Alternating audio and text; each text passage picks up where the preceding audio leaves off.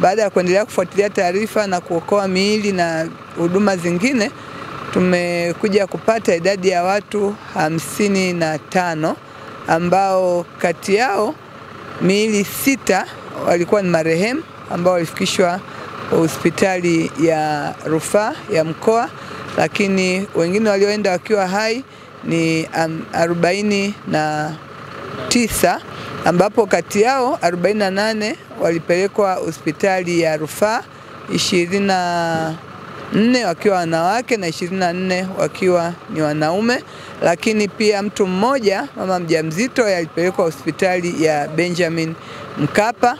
Na hizi ni taarifa za awali ambazo tunazo mpaka sasa. Tunajua wako abiria ambao pia walitoka salama, idadi yao bado haijaweza kupatikana. Lakini nitoe pole sana kwa wale ambao wamepoteza ndugu. Majina yanaendelea kutafutwa ili tuweze kufahamu ni kina nani na labda kuweze kufikisha miili kule inakotakiwa. Lakini pia wale ambao wameenda kwa ajili ya matibabu wanaendelea kupata huduma katika vituo hospitali ambazo wamepelekwa, na tunaamini, tunaomba kwa heri kwa Mwenyezi Mungu aweze kuwapa wepesi waweze kupona.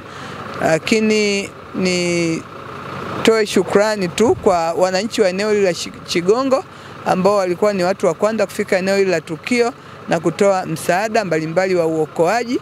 Lakini nishukuru sana jeshi la polisi ambao pia walifika mapema sana mara tu walipopokea taarifa hili na wamefanya kazi kubwa sana ya uokoaji. Lakini nishukuru pia jeshi la zimamoto ambao pia walifika mapema sana kwenye tukio hili na kufanya kazi kubwa ya uokoaji, kwa sababu ile miili na hata wagonjwa wengine walikuwa wamebanwa na gari na vitu vya namna hiyo. Madereva wawe waangalifu wanapotembea barabarani, kuangalia unapoendesha gari yako, hakikisha unaendesha gari iliyoko mbele na nyingine ambayo inafuata nyuma yake.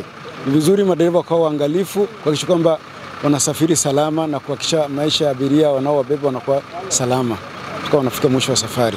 Kwa sababu operation hii imefanyika kwa haraka, wako baadhi ambao viungo walivunjika, lakini yuko ambaye alikuwa amebanwa lakini pia ameokolewa akiwa hai, ambaye ni moja ya mama mjamzito ambaye amepelekwa Benjamin. Tulipokea jumla ya watu 54, maiti zikiwa 6, lakini watu wazima walikuwa 48. Wale majeruhi sisi tumeendelea kuwahudumia vizuri na bahati nzuri wote wanaendelea vizuri kabisa. Mpaka sasa hivi tumeshafanya operation 23 na bahati nzuri wagonjwa wetu wote wanaendelea vizuri. Kwa ile miili tumehifadhi katika chumba chetu cha kuhifadhia maiti.